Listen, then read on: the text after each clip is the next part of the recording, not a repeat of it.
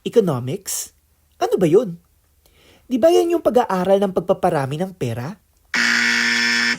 Di ba yan yung course para maging mayamang kapitalista? Di ba yan yung course ng mga politiko? Sa maniwala man kayo o sa hindi, lahat ng yan ay pawang mga chismis lamang.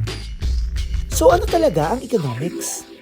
Kung pagbabatayan natin ang formal definition nito, sinasabing ang economics ay ang pag-aaral ng pag-a-allocate ng scarce resources. Ano ba ang scarce resources? Madaling maintindihan ang konsepto ng scarcity. Nangangahulugan lamang ito na maraming bagay sa mundo ang limitado, nauubos o may hangganan.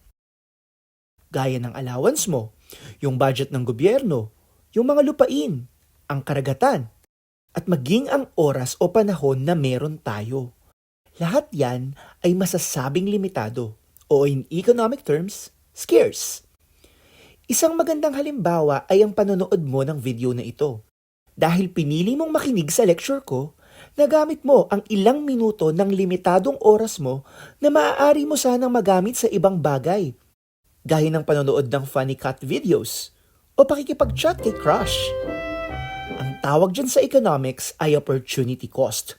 Ito ang halaga ng gini-give up mo para makuha o mapili ang isang bagay. Nangangahulugan lamang na malaki ang nagiging papel ng economics upang masigurong worth it ang mga bagay na pinipili nating paggamitan ng mga scarce resources. Sabi nga nila, economics is the art of making sound choices. Ako po si Jeff Arapoc at ito ang Usapang Econ Lecture.